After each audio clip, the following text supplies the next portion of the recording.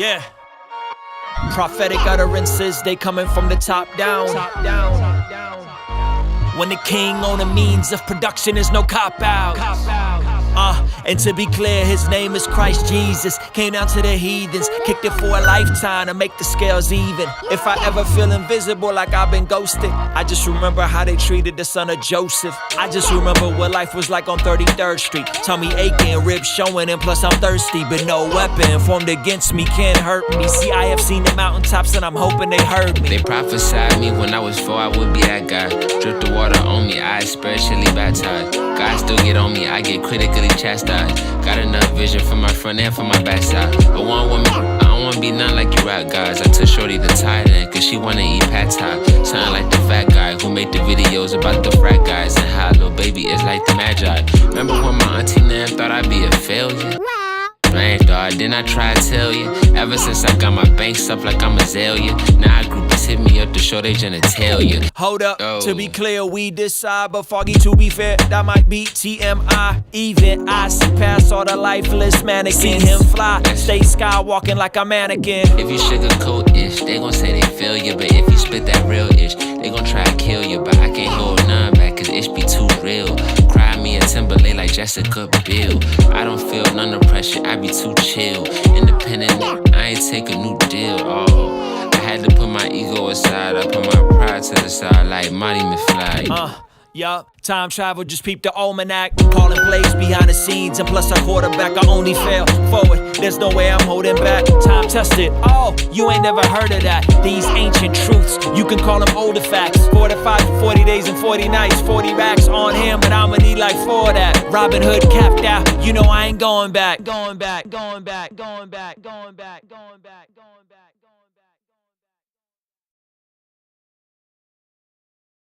Kingstream Entertainment, Ruslan. All right, guys, it's the after stream Q&A. If you guys got questions, let me know. Drop those right now, and we'll be doing all your guys' questions for the next, I don't know, 10-15 minutes about the previous stream about how I got sued being a complete derelict with my finances. So make sure you drop those below, and we will be chopping it up here soon. So drop your questions, but before we do that, I need you guys to let me know where you're watching this from. Let me know where you guys watching this from, and make sure you hit that like button real quick for the YouTube algorithm. It'd help us out a whole lot. Super excited to be talking with you guys today about this topic. You didn't know, oh, how much the house is now worth. Jessica, I played myself. That house is a condo. It's a 3-bedroom condo. That house, let's look it up. Should we look it up? I'll look it up on Redfin right now. I want to say north of 600K, probably closer to 800K. It was, what was it? 416 Almond.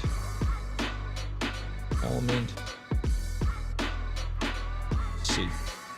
Okay, so it is now worth. No, this can't be right. It's the wrong one. Which one is it? This has 2 bedrooms. It was 3 bedrooms. Okay, here we go. I'm back here. Yeesh. Okay, so the same. These are 2 bedrooms, and they're going for $699. The 2 bedrooms are going for $699. Okay, the 2 bedrooms are going for $699. This was a 3-bedroom, 3-story condo that we bought for $400. And it went for way more than that. Okay, I don't know. Why don't they have any 3? Okay, here we go. 3 bedrooms. Check this out. 3 bedrooms, 3 bathrooms. 3 bedrooms, 3 bathrooms. $777,000. That is what they're going for now. I'm double checking and verifying. That is an insane amount.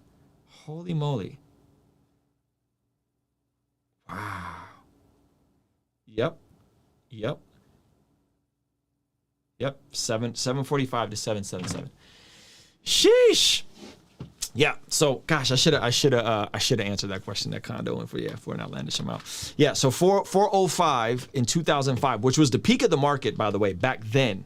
405 in 2005 for a 3-bedroom, 3-bathroom, 3-story townhome, and now it is worth $700 $170,000. So almost double. It almost doubles. So what is that? 100% is double. Something goes up by 100%, it doubles. So almost up by what? Let's call it 85%. Went up 85%. So yeah.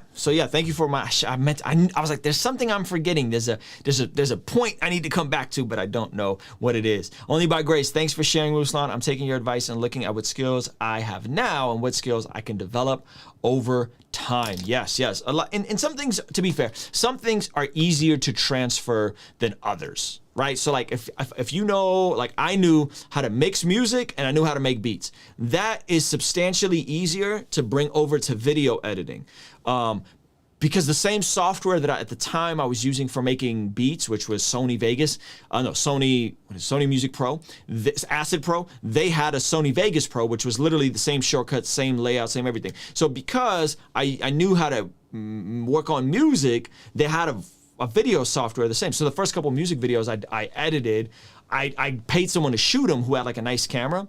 So it's like early, this is like 2010, 2009 even. But I was able to use software and it was easier for me to make that transition. And then eventually I transitioned into Final Cut Pro X, which is what I use now. So hopefully that makes sense in terms of skill stacking and how to level up your skill set. And then what happens is if you go to a job and now you have the skill set of being able, so remember at the time I'm able to use Photoshop so I can design a lot of these thumbnails me and Zach make. Some of them, like today's thumbnails, all Zach. Some of these I make myself. So I could design, right? A lot of the logos you guys see, I designed or I co-designed. I could design, I can edit video, I can now shoot video. So if I ever have to, like, if I ever need some quick cash and I need to, like, I could, like, book a photo shoot or a video shoot. I could shoot music videos, that kind of thing. Not that there's a lot of money in that. But and now I understand SEO, right? I understand short form. So it's like all these skills can stack on top of each other. And then what happens is, especially in a ministry world, is you could become like a unicorn with your skill set. You can go in and especially if you know music and you understand software and click tracks and all that kind of stuff, you can have a really unique skill set. Go to church and get better at it. You know what I mean? Go work at a church for a couple years and get even better at it and keep stacking those skill sets on top of each other. So hopefully that's helpful. Leap of Faith said, that was an amazing video. As soon as I get a permanent job, respect to you, I'm becoming a patron in regards to analytics, dropping off 2 Timothy 3:4-3. They'll only listen to what their itching ears. I know, but you wouldn't think that. Totally. And by the way, I really appreciate that you're considering becoming a patron when you get stable financially. That's amazing. That means a lot. You would think, like the whole itching ears thing, you would think that like Christians would be more excited to get like challenging teaching. You know what I mean? Instead, it's like, no, he said something. You know, like folks didn't even drop off when I talked about like health. Like they like rocked with me through the health part, but as soon as I got to the money part, they're like, I'm out. So funny. All right, Delorum, I think that's how your name says. I always appreciate you being in these chats. You're amazing. I'm so thankful for your honesty. How do I learn more about money? Great question. Okay, so I think money is this kind of like elusive thing that those of us that didn't come from it, those of us that don't understand how it works, can be tricky. So one, I would just say money foundationally is the exchange of value. The more value you can give, the more money you can charge for it, right? In terms of where you can go learn, it depends on where you're at. There's a lot of great books. There's concepts. Sometimes, and this is what I'm trying to get better at. Sometimes concepts don't hit the same if they aren't packaged with great stories. Right? So sometimes the concepts don't transfer the same. So if I tell you like, hey, here's the difference between an asset and a liability. An asset appreciates in value, a liability depreciates in value. Buying that new car, buying clothes, right? All that depreciates in value. Buying a classic car, buying a stock, buying a piece of property, right? Those things appreciate in value. The person who can mitigate their liabilities putting their money in stupid things that depreciate in value versus a person that can put their money in things that appreciate in value wins with money, generally speaking, right? Because when you have a bunch of assets that work for you at night, when you're sleeping, they will appreciate in value. So I'll give you another example, this creative example. I have a music catalog that's worth a couple six figures. Not I don't have that sitting in my bank account, but the entire catalog of music that I've produced is worth a couple six figures. Why? Because when I'm asleep, that asset is getting utilized for other people's YouTube videos, for Google commercials, for Adidas commercials. So if I keep kind of developing that asset over time, it's going to get worth more and more and more and more. And if I keep expanding that, right? So that is an asset that makes me money at night. I'll give you another example. I own some single stock, but mainly index funds, QQQ, TQQ, S&P 500 index funds. You could buy this stuff on your Cash App now. You could buy this stuff on your Venmo. I prefer Robinhood. There's a code for Robinhood. I prefer to just park money in that, right? So when I get a Cash App, somebody, I buy somebody lunch and they send me $10 for a Cash App, I'll just park that in an S&P 500, right? Same thing with money from my in my Robinhood. I'll park money in other places, and the market is really bad right now. But generally speaking, over the long haul, those things will appreciate in value. They will go up in value. And so if you can just simply figure out, one, how to sustain yourself, and that's where the skill set part comes in. How to sustain yourself, how to live, having your food, shelter, clothes covered, that's going to be skill sets. And then the extra money you have, you just park it in assets that appreciate in value. Almost anyone, big caveat, almost, that is of able body and sound mind can retire with dignity and at some point in their lifetime have $1 million net worth, which is the textbook definition of a millionaire. Okay, not making $1 million, the definition, so meaning that like I know a couple millionaires who, a buddy of mine, he's 67, he plays basketball with us, he owns a certain number of properties. If you take the mortgage on those properties versus the value of those properties, that gap, he $300,000 in equity here, money here, money here, money here. He's a millionaire. He's worth $1 million. And he has passive income that always comes in from the properties because he rents them out. That's one example. It doesn't have to be property, because especially now with properties, really hard to get into properties. So it's really just understanding those things. Most of us who are younger are struggling on I just need to be financially sustaining myself. I need to earn enough for food, shelter, clothes. And if you stay out of debt, that's already a huge advantage, right? Most of us are going into debt. Most of us are buying into the student loan trap. Most of us are doing some stupid things. So it's like now you got to figure out how to earn more while reducing your revenue, your overhead. Earn more, reduce your overhead, and then once that gap gets bigger and bigger and bigger and bigger and bigger, then you take the access and you put it in assets. That's the short version of it. That's not going to hit the same as a story. Like packaging that in a story is going to go over better. You know what I mean? So I'm trying to get better at stories because the information just hits different. I'm starting a new 1-year renewable internship. I'm so pumped. It is better to have a degree or to have work experience. It depends.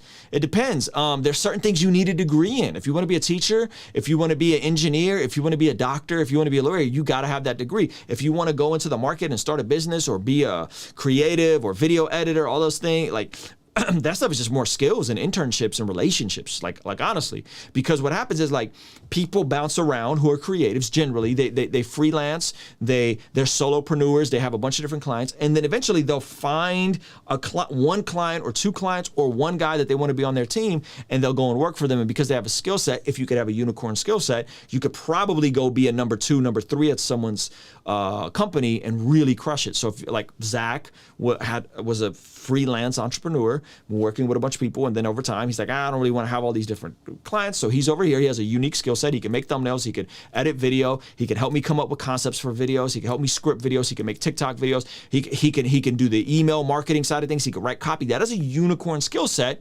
He's going to make more than the average kid that graduates with a degree in communications or a degree in sociology, and that's one of the reasons why I encourage you guys to sign up for Patreon, because we want to make sure we go above and beyond to take care of our team here, if that makes sense, right? Something that keeps stumping me is where to market video editing, music video production skills, and how to find work using them. Never clicks in my head. Okay, that's a great question. So how to market video editing, music production skills. This is going to be more so in your network of friends and people and where you're located at, right? So off top, I think of two resources. One, Fiverr. Fiverr, music productions, selling hooks, that kind of thing, right? Fiverr is huge, massive. But you got to be really efficient, right? Another one is owned by Spotify, and it's called Songbetter. That one is a bit more selective. So if you have music production skills and you get on Songbetter, I know a couple people on Songbetter making $5 to $8K a month, right? $8K a month, $8,300 a month is $100,000 a year, by the way. That's how the money breaks down. $8,300 a month is $100,000 a year. So I know folks on Songbetter, I'm pretty sure that's what it's called. That's owned by Spotify. So those are two like virtual platforms, right? You really are probably going to need a body of work that people can reference. That with video editing, specifically like music video editing, that's going to be about relationships. It's going to be about building your own brand, building your own identity online. And so your network, that's what it's going to come down to. Your network, you willing to do free work for the right audiences, for the right clients, right? So an example is, if you believe in an artist that's booming, say you have 5,000 followers on Instagram. Let's just throw out a number. I don't know which numbers are. Say you got 5,000 followers on Instagram. And say there's an artist you really believe in and they have 15,000 followers on Instagram or $20,000 on Instagram, 20,000 followers on Instagram. And you're like, dude, I want to work with this guy. Spark up some conversation, chop it up with them, and then say, hey man, like, can I make a beat for you and shoot a music video for you? I'll do the beat, I'll do the music video, right? And if you like it, let's promote it together, right? And if you do that, you split the proceeds 50-50. So now you did a video for free, but there's money on the back end. 2, you still own the publishing with the artist. 3, you're probably going to get tapped into their network if you knock it out of the park with their video. And so you're owning a piece of the master, you're owning a piece of the publishing, you're practicing your craft of music video. And what I just laid out for you is the come up of Macklemore and Ryan Lewis. Ryan Lewis did the beats in the video. Macklemore did the raps, right? And wrote the songs. So that is a way you can develop and market those skills. That's considering you are trying to build yourself as a brand and as a face. You can use the same exact approach to just go out and just get more clients, right? The goal with video editing, in my opinion, is to get clients that are on retainer. That would be the goal, unless you're trying to be like an artist producer. The goal is to get clients on retainer. If you're trying to be an artist producer, then you have then you can literally just edit videos for artists that you rock with and put them on your YouTube channel and blow up your own YouTube channel, like Lyrical Lemonade, right? Cole Bennett, he shot a bunch of music videos for other people, and now his YouTube channel, I mean, I think there's like a music video from Eminem on Lyrical Lemonade. It's insane, right? He just slowly built it up. This path, though, this is a small business path. This isn't I'm an independent contractor path. We're talking 5-10 years to do it the way a Cole Bennett did it, to do it the way a Ryan Lewis did it, right? So you got to have the skill set, and then you got to be friendly, and then you got to put in a lot of free work your way up, right? So hopefully that's giving you some ideas. Let me know if you need me to go a little deeper on that. A hypothetical question: if you could go back in time and give Ruslan 15 years, one piece of advice, financial or otherwise, what would it be? More realistic, what would you tell your son now? Oh my gosh, here's the thing. If I went back and talked to the version from me 15 years ago, I'm not sure if I would listen. I'm 37 now. I'm a newlywed at 23. I probably wouldn't listen. 21, 22 years old. Yeah, I probably wouldn't listen. Honestly, I was a very stubborn, arrogant little prick, if I'm honest with you guys. So I probably wouldn't have listened. Advice I would give, hey, stop going into debt. Hey, you can work harder than you think you can work. Hey, instead of saying you need your weekends off to go and work on music, then you got to have these kind of janky jobs. Hey, how about you go work on the weekends and go do something like wait tables and valet parks, so you can make more money in tips, so that you can save up more money, put a nest egg away, and then go and just do music full time for a year. I would probably give them advice something like that, right? Like, I understand you want to do music, however, you're not going to do that if you're working these kind of mediocre jobs. What if you went and saved $15,000, $20,000, and then you had enough to sustain yourself and actually go and make beats and do music, right? I probably would have told him to not go to college. that's gonna sound bad. I went to college. I probably would have told him about Instagram and YouTube and get on there as quickly as possible. Get on the emerging technologies. Be early to the technology. Don't be a purist. Man, there would be so much advice that I would give myself, but it would probably be you don't need college, right? You need to be on whatever the newest technology is on. It doesn't matter what kind of studio software you have. And instead of working Joe jobs that pay you $10 an hour, hey, why don't you go and be a waiter or go, now it would be like go drive for Uber, go do DoorDash and make 70 grand a year. Do that for a year or two. Don't watch any TV, and then go and give your dream a shot. If a kid, if a 21-year-old kid has $100,000 in the bank, $50,000, and I know it sounds like outlandish numbers to some of you guys, but just think about it for a second. If you're 21, I was 21 living at home. I had no overhead. I had no expenses. All I had was debt because I was an idiot. If I had no debt, and instead of making 20 grand, I was out here valeting cars and working as a waiter, crushing it, working on my social skills, which I'm still working on because I'm an only child and I don't have the best social skills, or at least back then I didn't. I could have probably made way more money working Friday, Saturday, Sunday night, and then had the rest of my week to work on music, and then saved up enough to eventually just transition into music. It would probably be a path like that, and again, I'm just freestyling it. I haven't given it much thought. It's a great question though. But yeah, I would say, less TV, less video games, absolutely no video games. And go do something that's gonna pay you on your result and not for your time. This is a key one. Listen to me closely. Try to figure out ways to get paid for results and not for time. Meaning this, if you are a waiter and you're extra friendly, you're going above and beyond, right? You crush it. Generally speaking, at least if I'm at your restaurant, I'm chipping you off. 20%, I'm trying to give you 30-35% of a tip, right? If you crush it. That there's no lid on your income at that point, because you could serve one person and make $50 a table, and if you do that 5 times in a row, that's $200-300 in a night, right? Think about those numbers for a second. So if you do that and you have no overhead and you don't have the lifestyle creep, you could mitigate your expenses, and then there's no overhead because you're getting paid for results and not getting paid for time.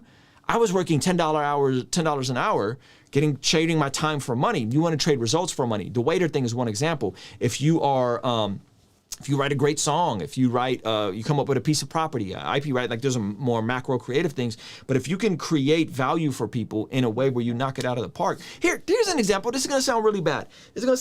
Forgive me. There's a gentleman that comes around. I don't know if he's homeless, but he'd pull up. He'll clean up our little front yard area out here. I don't even know his name. He speaks Spanish. I don't even know his name. My wife speaks Spanish. My wife's black, but she can speak a little Spanish. She talks to him. The dude will pull up. He'll clean up our front yard. Like a little patio area. He'll pump the tire in my son's bike. He'll bring a seat for him. My son's seat was messed up. He's just useful, right? He comes by once a week, twice a week. Usually he'll come by for cans. Other times he'll come by and be like, he'll say something in Spanish to my wife, do something. He'll come back. An hour of work, chip him off, $100, $80. He solved a problem that I don't have a capacity to solve right now. We tend to have cash on hand. He's making way more money doing stuff around here as kind of like a, handyman type of person, right? Versus if he were to go work a Joe job, right? It's a guy that's collecting cans that could pop in really, literally, whenever he wants to pop in. I got work for him right now. He could pop up right now and I'd be like, yo, I got a yard full of weeds. I already sprayed the weed repellent. I don't want to be in the sun pulling those weeds. Slide him $200 to go pull those weeds for me because I don't want to do it. My nephew comes over all the time. You see what I'm saying? You start thinking creative, and if someone crushes it, if you're working with good people, and see, I think this notion is wealthy people got money are mean or toxic or no. It's tend to be the opposite. If you crush it for someone that is generous, they're usually going to chip you off more, get paid for your results, not for your time. Does that help? Hopefully this is helping. I know this is very niche and for a very small percentage of people that are really trying to change their financial trajectory. But that's how I'd be thinking about it. Where can you learn about stocks? Also getting certified in web development. Come on, let's go. I think the web development, I don't know enough about web development. I think so. I don't know enough though, to be fully transparent with you. I don't know. stocks, look up, research index funds. Index funds are basically mutual funds that are now available on Cash App, on Venmo, on Robinhood. Guys, if I had access to index funds from the age of 15 to 20 and I just was parking money there, $200-300 a month just in index funds, I'm not exaggerating, I'd probably be a millionaire right now. The issue was I had these thoughts 15 to 20, and you know what? There was freaking gatekeepers that weren't allowing kids to invest in the market. Because if you wanted to get a mutual fund or an index fund, more or less the same thing, you need $2,000 to get started. Well, I didn't have $2,000. But goodness gracious, I was making my little Pizza Hut checks. I had like, I don't know, a stack every month. $500 every month. If those habits were started early in me, I just stuck to that discipline, I would literally be a millionaire right now. Like that's real math. Like $500 from age 17 to age 37 a month consistently over Cash App or Venmo, which we all have. From 17 to 37, I would have $1 million in those accounts right now. The market then dipped and went up and down and all kinds of crazy stuff. That's some real deal advice for those of you guys that are, that are young and you got Cash App and all you're using Cash App for is to you better open up the daggone index fund and put some money in an index fund and do that every month.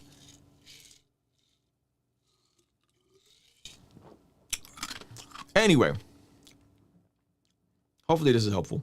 Do you think Matthew 18 should apply to Christian YouTube content creators? I don't know if it should. I know I do my best to do that. I got an issue with somebody, I'm going to come to them privately. As just a courtesy, even if it's Stephen Furtick, like people were like, oh, you want to Stephen Furtick? Yeah, I approached him privately. I did my very best to reach out to him, and should it apply? No, I mean, you can make an argument that like Matthew 18 is about a local church or a local gathering. I don't know, but I think it's common tact to at least, if you're going to make a video about somebody, at least give them a heads up. At least give them a heads up. All right. How much would you say is a reasonable amount of money to retire, especially at a young age of 40? So, hey, Kingdom Within, great question. There's this thing called a FIRE movement, financially independent retiring early. It's a whole movement of young people. Right now, I think Graham Stephan covered him. If you go look up some stuff, you could figure out some calculators. So it's a combination of like, how much do you need to live on?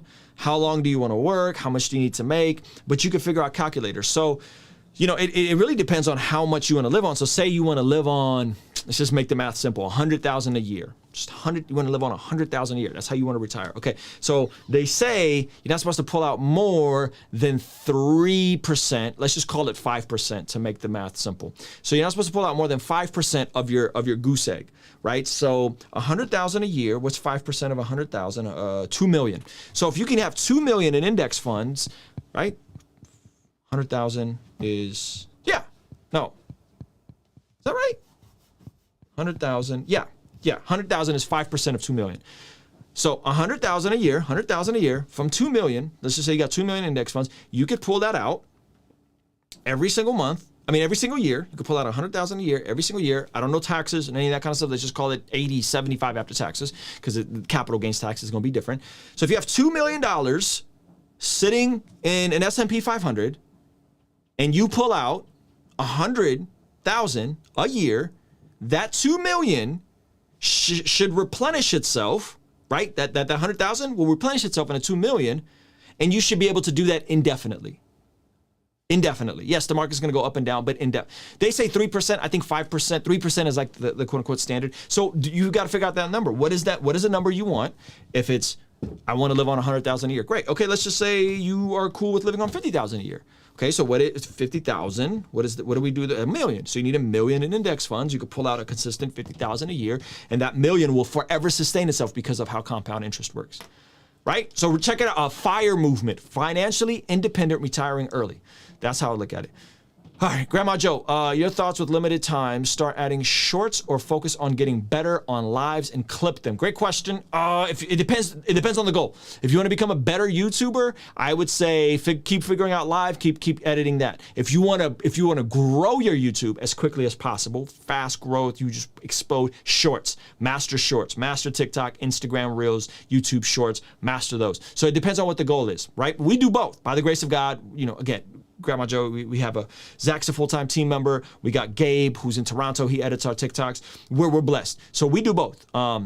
The TikToks for me are honestly harder because I kind of like conversations like this. But yeah, we do both. So it depends on what your goal is. If the goal is I need subscribers and I want to get just those numbers up and get my channel monetized, shorts are probably going to be the faster way to go. If you want to get just better at YouTube and telling stories, then tell stories and do YouTube.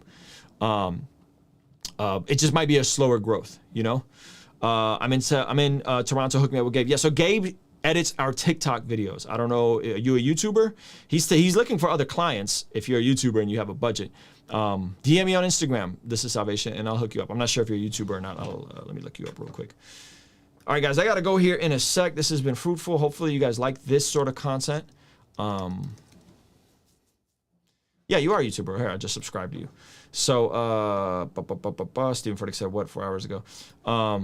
Yeah, you DM me before. Yeah. DM me again, and I'll get you connected with Gabe.